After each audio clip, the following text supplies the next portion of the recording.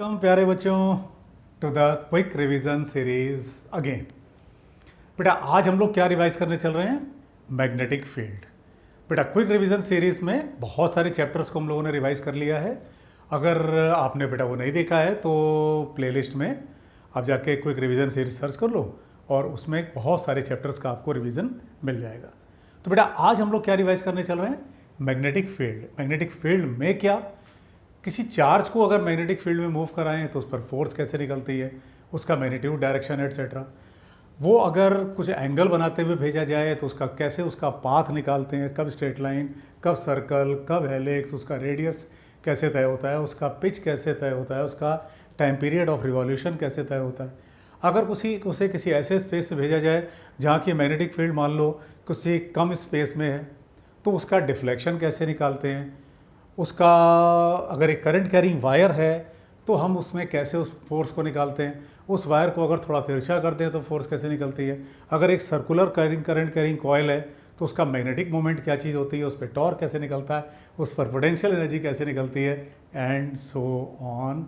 यानी बहुत सारे कंसेप्ट बेटा आज हम लोग रिवाइज करने चल रहे हैं। ठीक है, तो वीडियो को पूरा देखो, नोट्स कंप्लीट बनाओ, खूब बढ़िया मेहनत करो, खूब बढ़िया रैंक से सेलेक्ट हो। Let's begin. बेटा मैग्नेटिक फील्ड, इस चैप्टर में अभी हम लोग मैग्नेटिक फील्ड कैसे बन रहा है इसकी बात नहीं करेंगे। हम ये मान के चलेंगे कि मैग्नेटिक फील्ड मौजूद है और सबसे पहले बात करेंगे हम लोग कि अगर कोई चार्ज मूव करता है मैग्नेटिक फील्ड में तो उस पर मैग्नेटिक फोर्स निकलती कैसे है। अगर ये कोई चार्ज है जो इस डायरेक्शन में कुछ वेलोसिटी v से जा रहा हो और मैग्नेटिक फील्ड बेटा मान लो इस डायरेक्शन में है, बीच का एंगल थीटा है, तो मैग्नेटिक फोर्स को आप कैसे डिफाइन करते हो? बोलो कैसे करते हो? Q V क्रॉस B, यानी वेलोसिटी और मैग्नेटिक फील्ड वेक्टर का क्रॉस प्रोडक्ट। बेटा अगर इसका मैग्नीट्यूड लो, जैसे कभी भी दो वेक्टर्स का क्रॉस प्रोडक्ट का मैग्नीट्यूड लिया जाता है तो वो क्या हो जाएगा? QVB sine theta. मतलब बेटा जो मैग्नेटिक फोर्स है वो इस बात पर डिपेंड करेगी कि दोनों के बीच का, यानी वेलोसिटी वेक्टर और मैग्नेटिक फील्ड के बीच का एंगल कितने का है। देखने में बेटा ये कुछ हद तक फोर्स इलेक्ट्रिकल फोर्स के ही बराबर जैसे लगती है, जैसे F=Q ही होती है। तो अगर Q 0 हो जाए तो भी फोर्स 0, अगर मैग्नेटिक फील्ड 0 हो जाए तो भी फोर्स 0। ये काम तो इलेक्ट्रोस्टैटिक्स में भी होता था, F=Q ही। लेकिन बेटा एक इंपॉर्टेंट डिफरेंस है, इलेक्ट्रिकल फोर्स को इस बात से कभी कोई मतलब नहीं होता था कि चार्ज रेस्ट पे है या चार्ज मोशन कर रहा है, इसे मतलब है। यानी अगर कोई चार्ज रेस्ट पर हुआ तो मैग्नेटिक फील्ड के कारण उस पर कोई फोर्स नहीं लगेगी। Number 2, angle. अगर किसी चार्ज को तुमने वेलोसिटी वेक्टर यानी दिया फील्ड के डायरेक्शन में या फील्ड के अपोजिट दिया तो उस पर मैग्नेटिक फोर्स 0 हो जाएगी। यानी किसी चार्ज को अगर हम फील्ड के डायरेक्शन में प्रोजेक्ट करें या उसके अपोजिट डायरेक्शन में प्रोजेक्ट करें बेटा तो क्या हो जाता है? उस पर मैग्नेटिक फोर्स 0 आती है। इस मैग्नेटिक फोर्स की बेटा मैक्सिमम वैल्यू कितनी होगी? QVB। कब होगी? जब आप साइन थीटा को 1 ले लो। साइन थीटा को बेटा आप कब 1 लोगे? जब एंगल 90 डिग्री हो। उस कंडीशन में मैग्नेटिक फोर्स मैक्सिमम होगी। मैग्नेटिक फोर्स का बेटा डायरेक्शन कैसे निकालते हैं? वेलोसिटी वेक्टर की तरफ दाहिने हाथ को फैलाओ, कुछ ऐसे कि उंगलियां फील्ड की तरफ मुड़ सकें। तना हुआ अंगूठा मैग्नेटिक फोर्स का डायरेक्शन दे देगा। जैसे इस फिगर के हिसाब से कहा जाए तो वेलोसिटी की तरफ हाथ को फैलाया, फील्ड की तरफ मोड़ा, अंगूठा ऐसे बाहर की तरफ आया, यानी मैग्नेटिक फोर्स का डायरेक्शन बेटा क्या आया? डॉट आया, इस सरफेस से बाहर की तरफ आया। अब बेटा मैग्नेटिक फोर्स चूंकि हमेशा ही वेलोसिटी वेक्टर के परपेंडिकुलर आएगी, यहीं पे बेटा एक बड़ा इंपॉर्टेंट कंसेप्ट है, एक बहुत इंपॉर्टेंट कंसेप्ट है। क्या? मैग्नेटिक फोर्स कभी भी चार्ज के काइनेटिक एनर्जी को नहीं चेंज कर पाएगी, उसके स्पीड को नहीं चेंज कर पाएगी। वो सिर्फ उसके डायरेक्शन को बदल सकती है, लेकिन उसकी काइनेटिक एनर्जी में या स्पीड में चेंज करना मैग्नेटिक फोर्स के बस की बात नहीं है। तो ये तो बात हो गई बेटा मैग्नेटिक फोर्स की। अब मान लो कोई स्पेस ऐसा है जिसमें कि इलेक्ट्रिक फील्ड भी मौजूद है, तो बेटा उस कंडीशन में क्या करते हैं? उस पर नेट फोर्स ले लेते हैं, और वो जो नेट फोर्स है वही लॉरेंस फोर्स भी कहलाती है। यानी इलेक्ट्रिक फील्ड के कारण फोर्स और force due to magnetic field. यानी बेटा क्या करोगे इसको? Q × E, ये हो गई इलेक्ट्रिकल फोर्स, और QV क्रॉस B बेटा ये हो गई क्या? Magnetic force. तो इसी को आप बोलते हो क्या? Lawrence force. ठीक है, यानी अगर कोई चार्ज को इलेक्ट्रोमैग्नेटिक फील्ड में मोशन करते हुए दे दिया जाए, यानी इलेक्ट्रिक और मैग्नेटिक फील्ड दोनों हो, तो आप उस पर नेट फोर्स निकाल लोगे और वो नेट फोर्स कहलाती है क्या? Lawrence force. ठीक, चलो आगे बढ़ें। किसी चार्ज को अगर तुमने प्रोजेक्ट किया, सपोज मैग्नेटिक फील्ड में 0 डिग्री या 180 डिग्री एंगल बनाते हुए, बेटा इस बात को जरा ध्यान दो, 0 डिग्री या 180 डिग्री एंगल बनाते हुए प्रोजेक्ट किया, इसका मतलब या तो वेलोसिटी वेक्टर फील्ड के डायरेक्शन में है या तो वेलोसिटी वेक्टर फील्ड के अपोजिट है। दोनों केसेस में बेटा जो मैग्नेटिक फोर्स होगी वो कितनी हो जाएगी? 0। और अगर मैग्नेटिक फोर्स 0 हो गई तो एक्सीलरेशन 0, एक्सीलरेशन 0 तो बेटा वेलोसिटी बोलो क्या? कांस्टेंट। तो वेलोसिटी अगर कांस्टेंट है तो इसका मतलब पाथ कैसा होगा? बोलो स्ट्रेट लाइन। इसका मतलब 0 या 180 डिग्री एंगल बनाते हुए अगर हम चार्ज को प्रोजेक्ट करें किसी मैग्नेटिक फील्ड में, तो बेटा उसका पाथ कैसा होगा? स्ट्रेट लाइन होगा। अब अगर हमने उसको 90 डिग्री पर प्रोजेक्ट किया, बेटा इसी को सबसे ज़्यादा डिटेल में पढ़ा जाता है। 90 डिग्री पर अगर किसी चार्ज को प्रोजेक्ट किया गया तो वो एक सर्कुलर पाथ पे घूमेगा। फॉर एग्जांपल मान लो यहाँ चार्ज है और मैग्नेटिक फील्ड इस स्पेस में क्रॉस का है, चार्ज को तुमने ऐसे प्रोजेक्ट किया, तो वेलोसिटी की तरफ हाथ को फैलाया, फील्ड की तरफ मोड़ा, बेटा इस केस में फोर्स सेंटर की तरफ आएगी। आप चार्ज जब यहाँ देखोगे तब भी, यहाँ देखोगे तब भी, यहाँ देखोगे तब भी। तो इसका मतलब इसको अगर बेटा कोई बॉडी अगर सर्कुलर पाथ पे घूम रही होती है तो कोई ना कोई फोर्स चाहिए जो सेंट्रीपिटल फोर्स प्रोवाइड करे। बोलो ये कंसेप्ट होता है ना सर्कुलर मोशन में।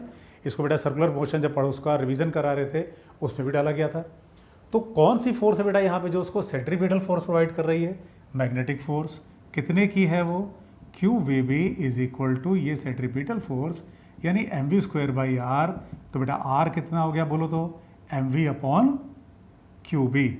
यानी जो रेडियस होगा वो वेलोसिटी पर डिपेंड करेगा। अगर तुमने उसी चार्ज को 2 मीटर पर सेकंड से फेंका, अगर तुमने उसी चार्ज को 10 मीटर पर सेकंड से फेंका, तो उस कंडीशन में तुम ये देखोगे कि रेडियस उसका बड़ा हो जाएगा। टाइम पीरियड का बेटा क्या फॉर्मूला होता है? 2 पाई एम अपॉन क्यू बी। ये निकाला कैसे गया है? 2 पाई आर अपॉन वी से। तो अब इसमें तुम देख सकते हो वेलोसिटी है ही नहीं, इसका मतलब टाइम पीरियड को, और बेटा अगर टाइम पीरियड क्लियर हो गया तुमको तो फ्रीक्वेंसी 1 अपॉन टाइम पीरियड होती है, यानी क्यू बी अपॉन 2 पाई एम। बेटा इसी को साइक्लोट्रॉन फ्रीक्वेंसी बोलते हैं, जो साइक्लोट्रॉन मशीन के अंदर इस काम को कर रहे होते हैं। तो साइक्लोट्रॉन फ्रीक्वेंसी या टाइम पीरियड वेलोसिटी से इंडिपेंडेंट रहेगा, रेडियस डिपेंड करेगा। ठीक है, तो इसी कंसेप्ट का इस्तेमाल कर लेते हैं। वो जो मास स्पेक्ट्रोग्राफ होता है जिसमें कि चार्जेस को अलग अलग कर दिया जाता है क्योंकि रेडियस उनका अलग अलग होगा, उनको अगर परपेंडिकुलरली प्रोजेक्ट किया गया हो। तो बेटा ये बात हो गई कब की? जब तुमने 90 डिग्री पर प्रोजेक्ट किया हो। अब मान लो 0 डिग्री भी नहीं, 180 भी नहीं, 90 भी नहीं। ठीक, मतलब तीनों में से कोई एंगल नहीं। कौन से तीनों एंगल? ना तो 0, ना तो 180, ना तो 90। तो बेटा इस केस में क्या बनता है? हेलिक्स। मतलब वेलोसिटी अगर मैग्नेटिक फील्ड के साथ कुछ एंगल फॉर्म कर रही हो थीटा, तो बेटा क्या करना? वेलोसिटी का वो कंपोनेंट जो कि मैग्नेटिक फील्ड के डायरेक्शन में होगा वो उसे स्ट्रेट लाइन पाथ पर रखने के लिए रिस्पॉन्सिबल होगा, और जो उसके परपेंडिकुलर कंपोनेंट है बेटा वो किसके लिए रिस्पॉन्सिबल होगा? वो उसके सर्कुलर पाथ के लिए। तो बहुत ईजी कंसेप्ट है। इस कंडीशन में पार्टिकल चार्ज एक हेलिकल पाथ पे चलेगा और जितना देर में उसने एक साइकिल कंप्लीट किया उतना देर में वो कितना आगे बढ़ गया, बेटा यही कहलाता है क्या? Pitch of helix. तो करना क्या है ऐसे क्वेश्चंस में? रेडियस को निकालने के लिए वेलोसिटी का वो कंपोनेंट ले लेना जो फील्ड के परपेंडिकुलर है, मतलब M V sine theta by Q B हो जाएगा। और बेटा टाइम पीरियड और फ्रीक्वेंसी में तुम ये देख सकते हो कि उसे इस बात से मतलब ही नहीं है कि वेलोसिटी कितना, तो टाइम पीरियड और फ्रीक्वेंसी वही रह जाएगी। पिच ऑफ हेलिक्स बेटा कैसे निकाल लोगे? बोलो बोलो कैसे निकालोगे? v cos थीटा, इसके कारण एक टाइम पीरियड में कितना हॉरिजॉन्टल डिस्प्लेसमेंट ले लिया। या आप ये कह सकते हो बेटा what is pitch? Displacement of the charge by the time it completes क्या? 1 रिवॉल्यूशन। ठीक है, तो इसको कर लोगे खाली तो ये मिल जाएगा पिच ऑफ हेलिक्स। बेटा इसी में एक कंसेप्ट और आ जाता है कि अगर एग्जामिनर ये बोले कि हमने इस डायरेक्शन में इलेक्ट्रिक फील्ड अप्लाई कर दिया है और ये चार्ज पॉजिटिव नेचर का है, तो उस कंडीशन में पिच एक्सपेंड करता जाएगा, बढ़ता जाएगा, जिसको बोलते हैं एक्सपेंडिंग पिच। और अगर इलेक्ट्रिक फील्ड अपोजिट डायरेक्शन में अप्लाई कर दिया जाए तो ये एक्स घटता जाएगा, तब वो केस बन जाता है बेटा किसका, डिक्रीजिंग पिच का, यानी दोनों कंडीशंस बन जाती हैं वेरिएबल पिच की। बहुत ईजी है, बहुत ईजी है, बस बेसिक कंसेप्ट समझ में आने चाहिए। अब बेटा मान लो मैग्नेटिक फील्ड इतने स्पेस में है और चार्ज को यहाँ से भेजा गया, यहाँ मैग्नेटिक फील्ड क्रॉस नेचर का है और ये गैप है सपोज डी का, यानी अगर डिफ्लेक्शन निकालने की बारी आए तो हम डिफ्लेक्शन कैसे निकाल लेंगे। चार्ज जितनी देर तक फील्ड में है उतना देर तक वो सर्कल का हिस्सा है, उसके बाद वो बाहर निकल जाएगा। मान लो यहाँ कहीं इसका सेंटर होता तो ये रेडियस होता, ये भी रेडियस होता। बेटा डिफ्लेक्शन कैसे निकालोगे, ये एंगल डिफ्लेक्शन का होगा, यानी चार्ज को तुमने ऐसे फेंका, जब तक वो मैग्नेटिक फील्ड में है तब तक वो मैग्नेटिक फील्ड का पार्ट है, तो वो उस सर्कल का कुछ हिस्सा कंप्लीट करेगा, फिर टेंजेंशियली बाहर निकल जाएगा। तो ये है रेडियस, ये भी है रेडियस। बेटा ये लाइन इस लाइन के परपेंडिकुलर है, टेंजेंट रेडियस, और ये लाइन इस लाइन के हॉरिजॉन्टल वर्टिकल, तो ये एंगल भी डेल्टा होगा। इसका मतलब बेटा जो डेविएशन होगा sine delta perpendicular by hypotenuse D by R, ये कब चला देना, जब डी आर से छोटा हो। और यदि ये डी आर से बड़ा हो तो बेटा क्या करोगे बोलो, अगर ये डी आर से बड़ा हो यानी रेडियस के बराबर जगह है तो ये ऐसे घूम करके वापस आ जाएगा। उस केस में डेविएशन ले लेना कितना, 180 डिग्री। ठीक है, तो ये तुमने देखा बेटा डेविएशन का कंसेप्ट, जिसमें कि पार्टिकल अगर इनसफिशिएंट एंगल हो या ये कह लिया जाए कि इनसफिशिएंट विड्थ हो तो उस कंडीशन में क्या करते हैं। चलो अब बात करते हैं फटाफट, अगर कोई करंट कैरिंग वायर हो तो उसमें क्या करेंगे। बेटा अगर एक चार्ज पर फोर्स लग सकती है, मैग्नेटिक फोर्स लग सकती है, तो अंडरस्टूड है कि एक करंट कैरिंग वायर पर भी फोर्स लगनी चाहिए। उसे कैसे निकालते हैं, चलो अब इसको देखा जाए फटाफट।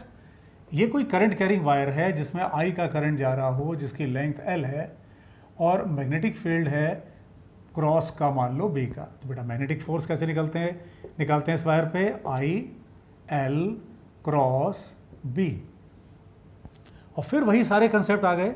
इसको अगर आप ब्रेक कर दो यानी खोल दो, बल्कि इसको अगर क्रॉस प्रोडक्ट को, तो बेटा ये बन गया कितना, I B L sine theta.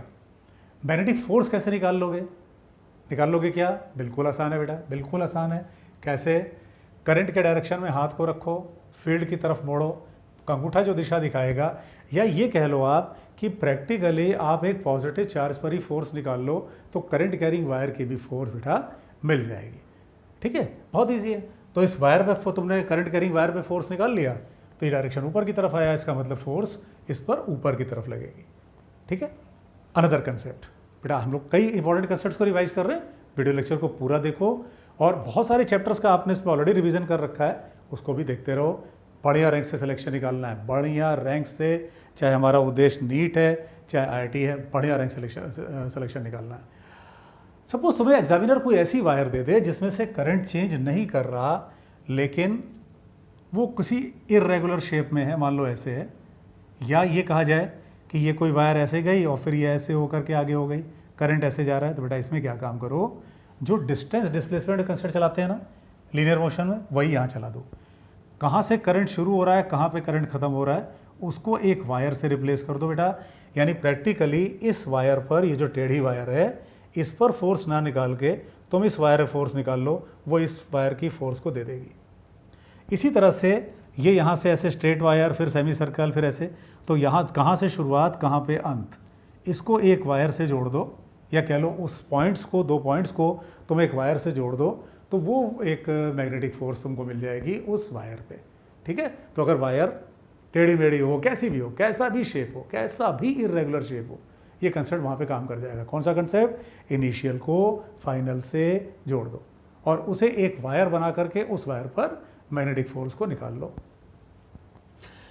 बेटा इसी लॉजिक से अगर कहा जाए तो अगर एक करंट कैरिंग वायर लूप हो जाए तो उसमें तो करंट जहाँ से गया वहीं पहुँच गया। जैसे बेटा कहा जाए कि कोई पार्टिकल जहाँ से चला वो घूम फिर करके वहीं लौट आया, तो उसका डिस्प्लेसमेंट हो गया कितना, 0। तो अगर हमने किसी पॉइंट से स्टार्ट किया और करंट एक लूप में घुमा दिया, तो बेटा उसका नेट जब पॉइंट टू पॉइंट को मिलाओगे तो 0, क्योंकि जहाँ से चले थे वहीं पहुँच गए। तो उस पर बेटा नेट मैग्नेटिक फोर्स कितनी हो जाएगी, 0। ठीक, तो अगर ये यूनिफॉर्म मैग्नेटिक फील्ड में रखा होगा तो ये 0 हो जाएगा मैग्नेटिक फोर्स।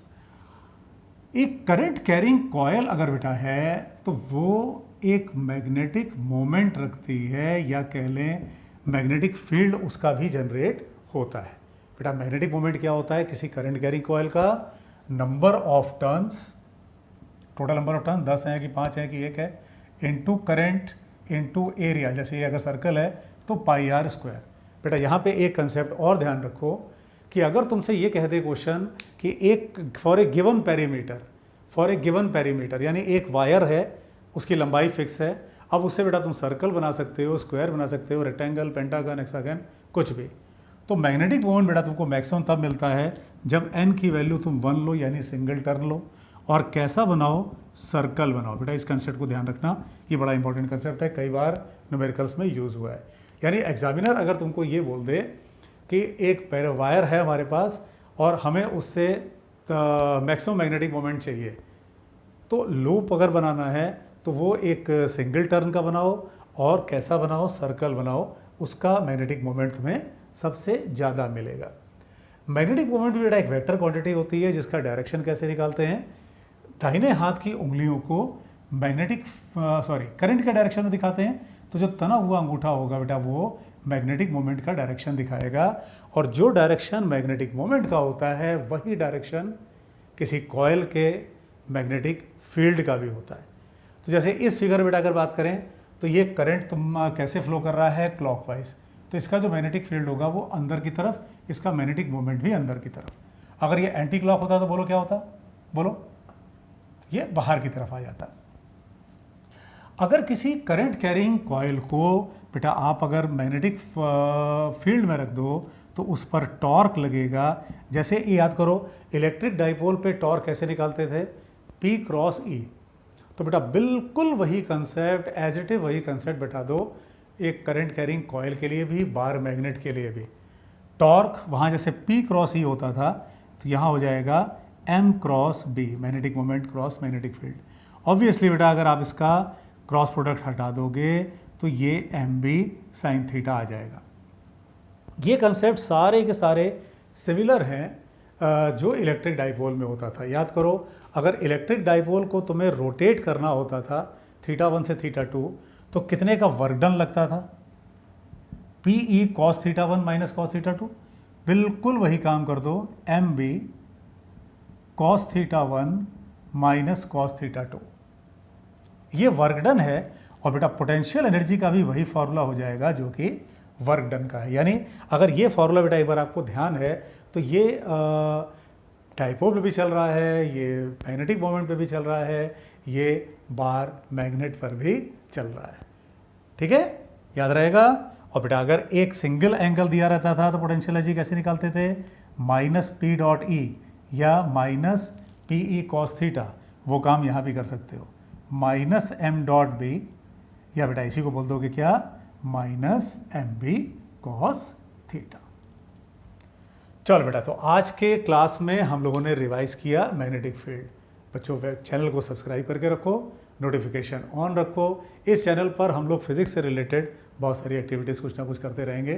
फिलहाल क्विक रिवीजन सीरीज चल रहा है बेटा, तो क्विक रिवीजन सीरीज़ में बहुत सारे चैप्टर्स हम लोग रिवाइज कर चुके हैं और भी करते रहेंगे। चैनल को सब्सक्राइब करके रखो, बढ़िया से पढ़ाई करो, एक बढ़िया से रैंक निकालो। Wish you all the very very best. Thank you.